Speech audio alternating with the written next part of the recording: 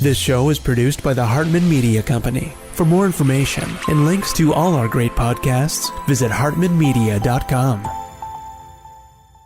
McIntyre here. After personally taking time to talk to Jason regarding smart realty investing in diverse markets, I knew I wanted to share them with you. Would you pay $100,000 for a six-pack? Our clients do it all the time. This is Jason Hartman, and I'm not talking about soft drinks. I'm talking about houses. That's right, 6 houses in growing markets for just $100,000 down, and you can realistically earn 40% or more. Why are you sitting on savings, mutual funds, or home equity? Put your money to work. And let us help you build a real estate empire. Real estate is America's proven investment. We'll show you how to grow your wealth. Ask the tough questions. You know I did. Catch the live events. Reserve your seat and tell them McIntyre sent you. Welcome to the Creating Wealth Show with Jason Hartman. You're about to learn a new slant on investing, some exciting techniques, and fresh new approaches to the world's most historically proven asset class that will enable you to create more wealth and freedom than you ever thought possible. Jason is a genuine self-made multimillionaire who's actually been there and done it. He's a successful investor, lender, developer, and entrepreneur who's owned properties in 11 states, had hundreds of tenants, and been involved in thousands of real estate transactions. This program will help you follow in Jason's footsteps on the road to your financial independence day. You really can do it. And now, here's your host, Jason Hartman, with the complete solution for real estate investors. This number doesn't make sense. Nvidia is now worth over $5 trillion. Let me try and put that in a way that makes sense to our brains. There are only 2 countries in the world that have GDPs that are bigger than Nvidia's value right now. GDP is gross domestic product, by the way. It's one measure of the value of what a country produces. France, the UK, India, Japan, and Germany all have smaller GDPs than Nvidia's value from the other day, which was $5.04 trillion.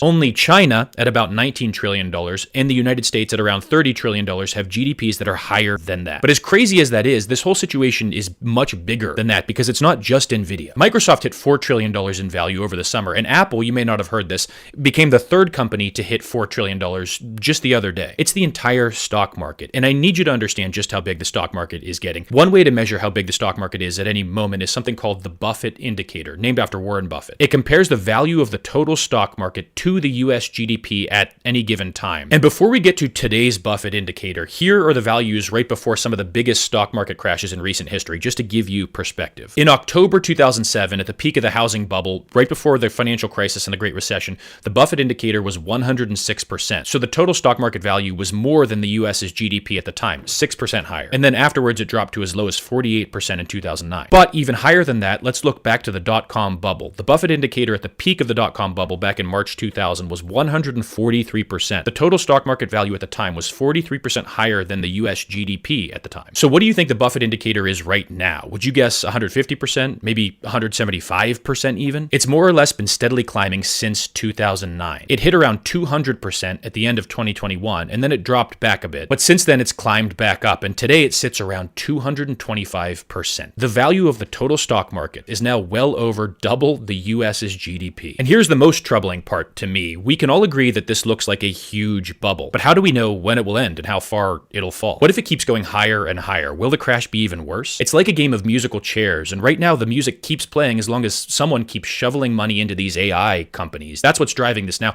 These companies that are building data centers using Nvidia's GPUs, that's why Nvidia is so valuable right now. And even though the music keeps playing faster and faster, and it seems like it should stop at any moment, anyone who tells you they know exactly when the music will stop is lying to you. Except for me. Because I know that the bubble will burst on November 19th. That's Nvidia's next earnings call. I'm joking, by the way. I do not know that. This is not financial advice. But if Nvidia announces that their earnings have not grown as much as Wall Street expects, the cracks in the AI foundation could start showing, and that could be the start of the bubble bursting. I'm probably wrong, but if I'm not, so you can say I was there when Listman Guy called it. Feel free to favorite this video, follow me, share it with your grandma, and after November 19th, come back to this video and tell me how beautiful my hair was, how tall I definitely am, and that I was right. Or, more likely, make fun of me when Nvidia hits a new high of $7 trillion. Greetings, empowered investors, and welcome to episode 2361. To all of our American listeners and viewers, a very happy Thanksgiving to you.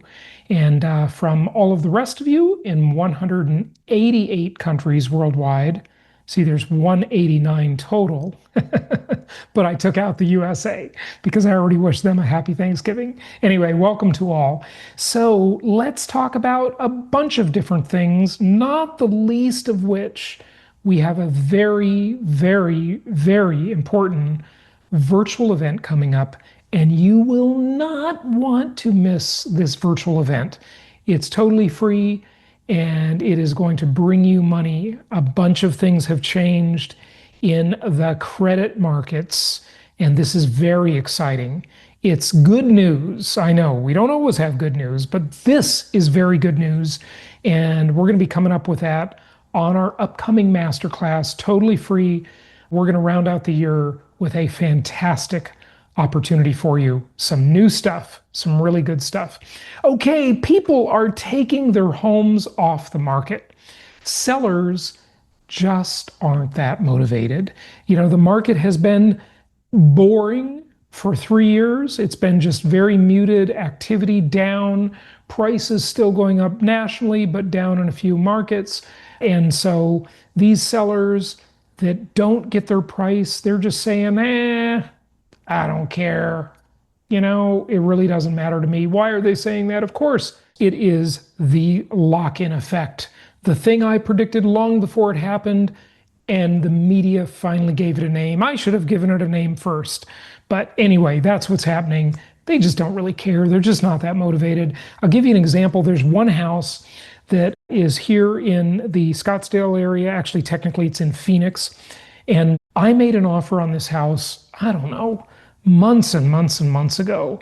And the owner is motivated. The house is vacant. It's listed for I think at the time it was listed for 4.4 million. And I like the house. You know, it does need some remodeling. It's 25 years old, but a pretty nice house, custom home, beautiful. I would love to live there. So I made an offer on it, and then the seller just kind of went, came down like $100,000, just not that motivated, right? And I came up on my offer, literally negotiated with myself, did not wait for a counteroffer. And the agents have called me back, talked with them a few times. She still didn't sell it, and she took it off the market for a little while. Vacant house, remember, it's vacant. So she's spending significant money every month to keep that. Opportunity cost on the equity, utilities, maintenance, etc., insurance, all property tax, right? Probably adds up to about, I don't know, $27,000 a month, I'd say, all in, right? With the opportunity cost, right? I can't remember if she owns it free and clear or not. Doesn't matter. There's an opportunity cost on the money. So you can never say that, well, I own it free and clear, so I'm just going to sit here and not be motivated. You could be doing something else with that money, right? Anyway, the agent called me back and I said, look, your seller is just too stubborn. She's got to make a deal if she wants to sell that house. And she just doesn't care. And this is the attitude of most homeowners in the market. Delistings. This is about delistings. They have their home listed. They take it off the market. This rate of delistings, which we've talked about on prior episodes, it has jumped 28% as sellers pull homes off the market rather than settle for what they think are low prices. They want their money, and they're just not motivated. If they don't get their money, it's like, they don't care. Home delistings hit the highest September level since 2017.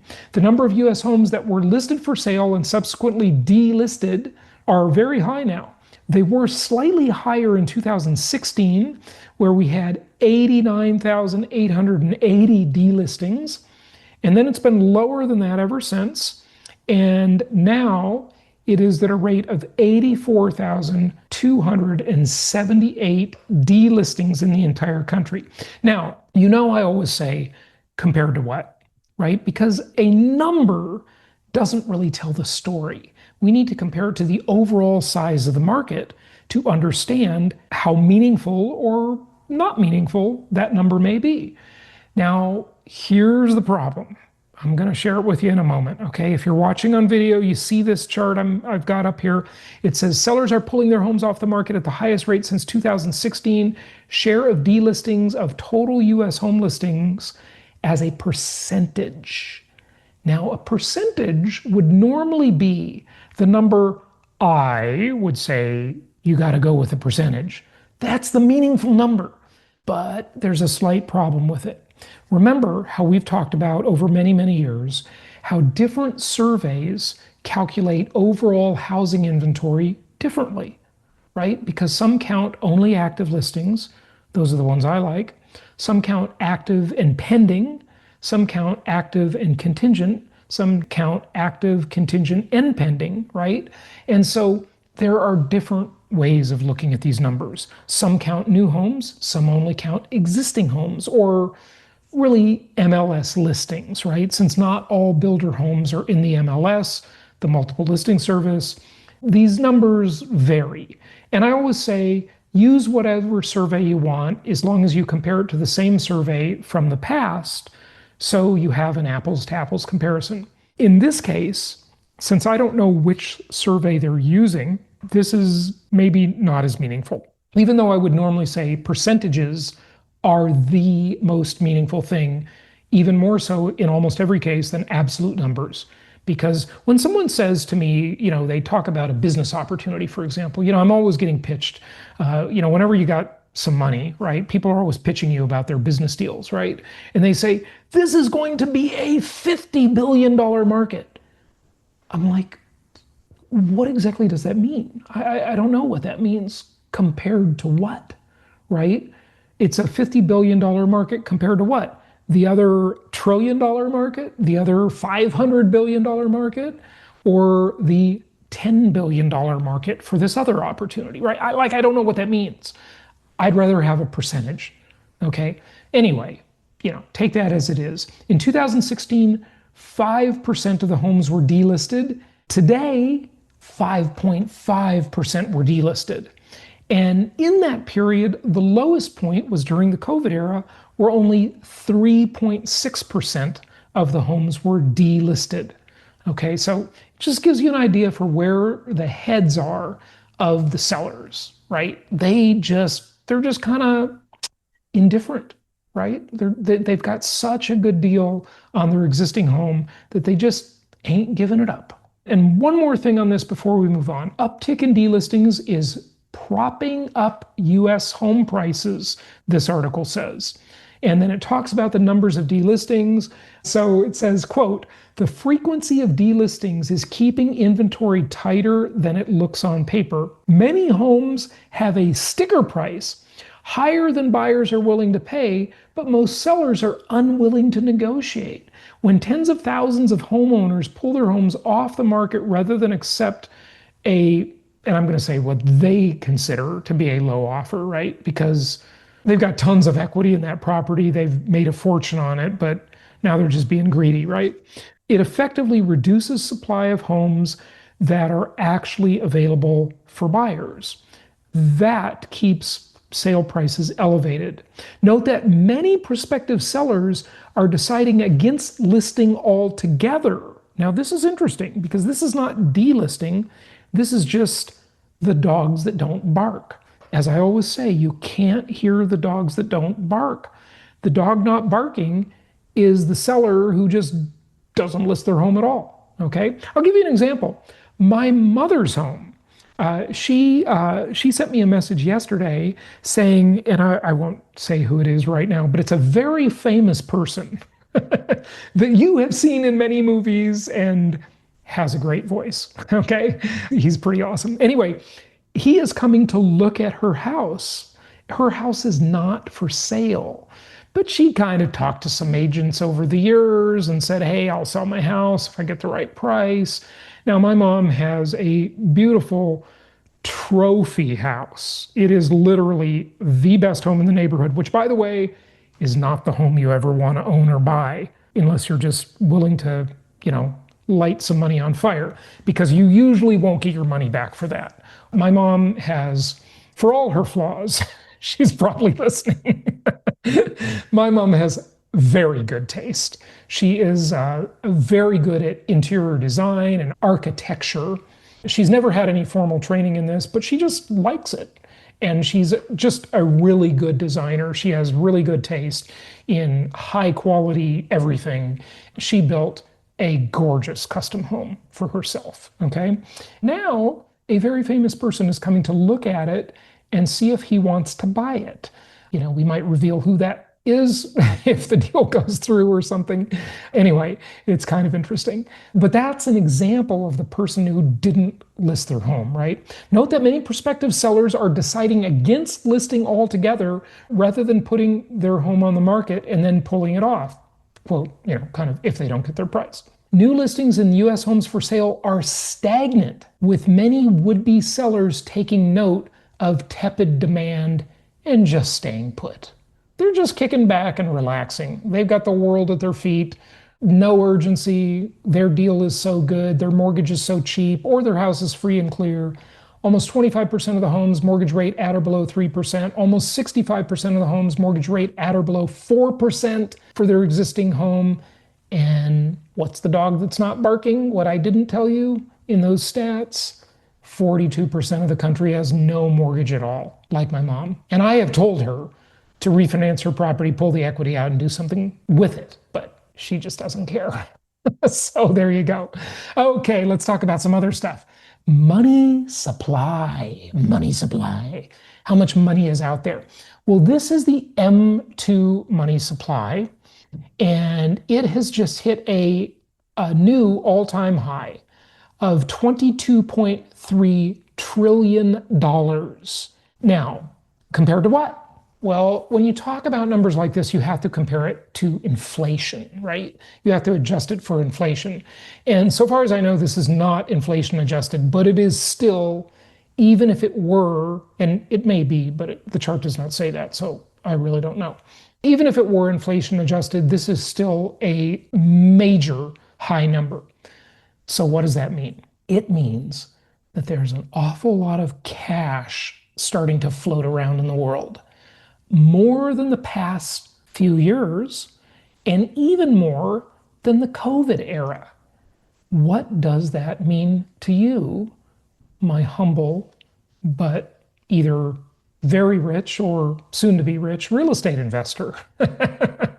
Well, what it means is that there's a lot of money chasing a limited supply of assets. And I know the market's been boring. I know it's been muted. I know it's been just kind of stagnant, low activity, only about 4 million home sales per year for the last few years, whereas, you know, we'd like to see about 6 million. But let me tell you something. The freight train is coming, and all the data points that way. All the doomers have just been wrong, wrong, wrong, and wrong again.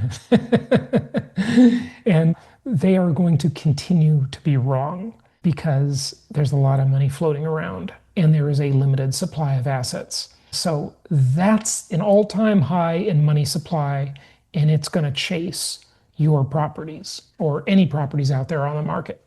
Okay, so here is the money supply in terms of percentage change, right? Now, this is not the aggregate amount, but this is a percentage change over time. So we go way back to like January of 1960, okay, and we saw some pumping some money into the economy, right? And then we go into the 90s, where there was recessionary time. I'm skipping a lot of years here, obviously, for time's sake. But we saw the money supply percentage change dip very low. And the lowest time in this entire chart, in this entire number of years from January 1960 to October of this year, the lowest time is the time we're just coming out of, the post-COVID era. COVID, we saw the percent change of 26.7%. I mean, they pumped so much frickin' money into the economy. It was absolutely crazy. We were all there for it. We've been talking about it. And then they just tightened everything up. And when I say they, who do I mean? Well, credit, banks, central banks, government, all the sort of suppliers of money, right, that inject it into the system or take it out of the system. So that's why activity in the real estate market has been so low and the market has been so boring. But guess what? This has radically changed. It's now up 4.6%, whereas it was down below the zero line for the last 3 years. It was down 4.7%. So the delta between negative 4.7 and positive 4.6 is very, very significant. And you are going to start to see this flow into the real estate market and other assets, to be fair, not just real estate. And they're pumping the printer again, okay? They are pumping the money supply. Now, they don't just print, and that's even a metaphor because they're not really printing, it's digital money anyway, but they create money through quantitative easing, okay? Anyway, we won't get into that. We've discussed it a million times over the last 21 years as to how the money supply works and how money is lent into existence. And it's a whole head game. It's really crazy. I mean, it's a very creative system, to put it that way.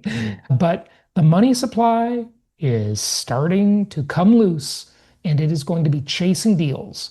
So what does the smart investor do? They get in before it all hits the assets, before it all starts attacking the assets. They do it during the holidays when nobody's paying attention. They do it before that money hits the system. Remember the Cantillon effect, okay? What was it, Richard Cantillon? From 250 years ago, that economist. And they named this whole idea after him, right? When the money supply loosens, the people closest to that loosening, in other words, all the Wall Street banksters and the banksters in general, and the people in government, the people closest to the money printer make the most money, right? The people that act before, the people that skate to where the puck is going, as Wayne Gretzky, the famous hockey star, said, skate to where the puck is going, not where it is. You got to skate to where it's going. And that's exactly what you should be doing now, is getting to where the puck is going, because we can all see where it's going. It's right here on the chart. Okay, let's talk about something else. Look, there are a few of my famous sayings that I really want you to remember and live by. Invest in places that make sense so you can afford to live in places that don't make sense. Many sayings, right? I've got many sayings, right? But I really want you to augur this one that I've been saying most recently into your head, okay? Remember this, live by it, and here it is. Nobody ever got rich investing in a syndication or a fund. Nobody ever got rich doing that, except the person who set up the deal. They're at the top of the food chain. You're at the bottom of the food chain when you are not a direct investor. Nobody ever got rich investing in a syndication. Nobody ever got rich investing in a fund. Okay, now granted, they might have gotten a little return on their investment, if they're just trying to preserve wealth and not grow wealth, that's okay. Everybody has the right to do, as Dave Ramsey says, and love-hate relationship with Dave Ramsey, of course, but everybody has the right to kind of downshift and put it into neutral at some point in their life when they've already made it. Remember, focus creates wealth. Diversification perpetuates wealth. So it just depends where you are. If you want to grow, you've got to concentrate, you've got to focus, you've got to be a direct investor. You are never, ever going to create a whole bunch of wealth as an investor in someone else's plot or scheme or plan or syndication or fund or stock. Remember, when a company goes public, that is the exit strategy for the insiders. It is not your make money strategy. It's them dumping their toxic crap on the market. Now, granted, obviously some stocks go through the roof long after they go public, right? There are always, phases and cycles in every business and so forth. We know that. But the people that really cashed out were the founders, okay? The insiders, the people that got there early, the Cantillon effect, same idea there. So this is from the Wall Street Journal. I just saw it this morning. Inside Marriott's disastrous bet on short-term rental company Sonder.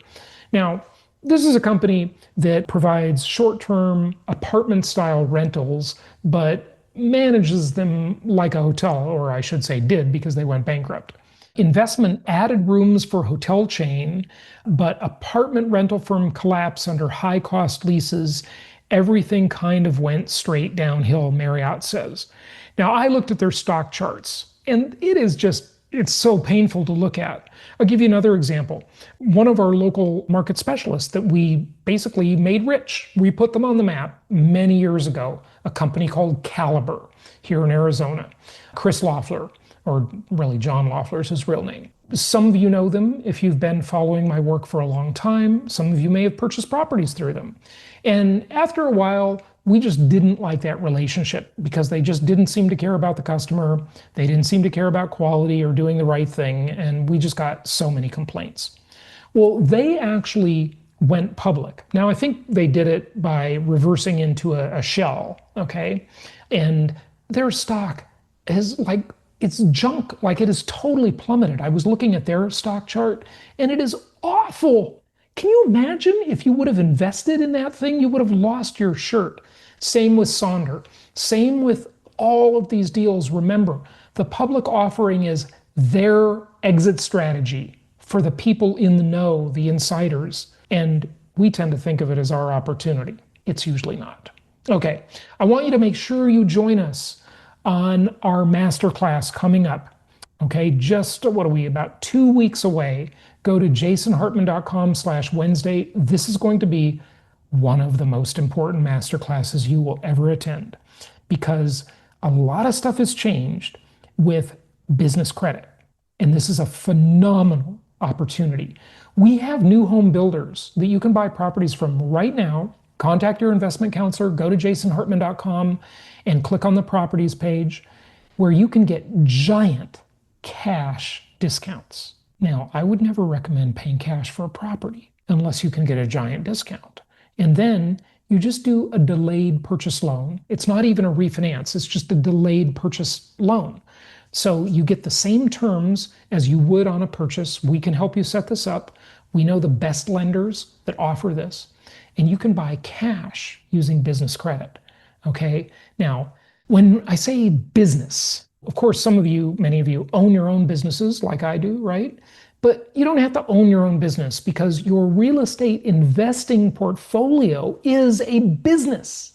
So make sure you're thinking of it as a business. The financing options, typically you have hard money loans. I'm a hard money lender. I have been for many, many years. Short-term loans, very high, very expensive, but it's worth it if you're flipping a house and you need that money, right? And I loan it to those people. DSCR loans, much better rates, but higher than typical, Fannie Mae, Freddie Mac agency loans.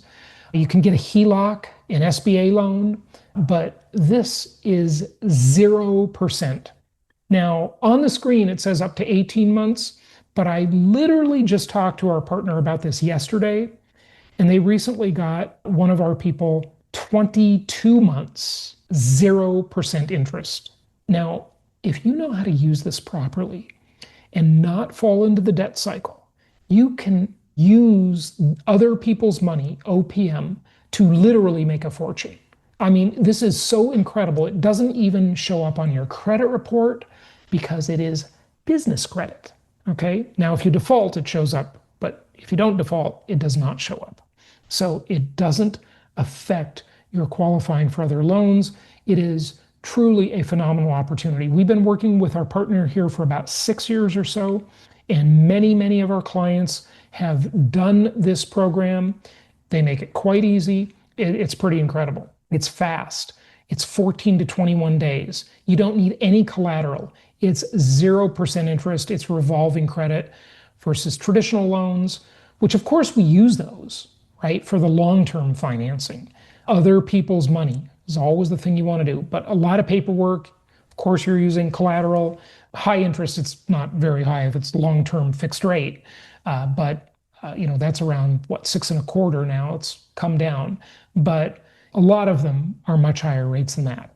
Let me give you some examples. Okay, here is a not so well qualified client. Okay. And they had a 680 credit score. Not great. I mean, it's not the worst, but it's certainly not great, right? You want to be over 720 in that category. They got $95,700 funded at 0%. Okay, 0% funding. This is phenomenal. It came in 3 different tranches, starting in November of last year, and then another tranche. And this is a low qualified client. I'm going to show you what most of you are, a high qualified client. It's way better. And then a bunch in June, and then a bunch in October. Okay, adding up to $95,700. Here is a little bit better. This is a 690 credit score, $144,700 funded. By the way, you want to join us for this masterclass, it's totally free, jasonhartman.com/Wednesday. And then here is a client with a really good credit score, 770, $240,600 funded. This again was in 3 tranches, okay? And they got $250,000, 0 interest. Now, these interest-free periods are staggered. So the first tranche, they might get 18 to 20 months, for example. And then the next tranche, that's on a different time frame. So this person gets almost $250,000 in interest-free credit. Now here is the best example of all. This is an 800 credit score. So that's a very good credit score, right? $351,700 in 3 tranches, $352,000 basically here, folks, okay? And this program, they make it so easy. We've been working with this partner a long time. They're great. And the rules have changed. They've gotten more desirable. Look, the money supply is loosening. I just went over that. And you should take advantage of this because you could just literally buy a $352,000 house cash, get a giant builder discount of maybe $30,000 to $50,000, okay, versus the non-cash price. And then you can simply do a delayed purchase loan.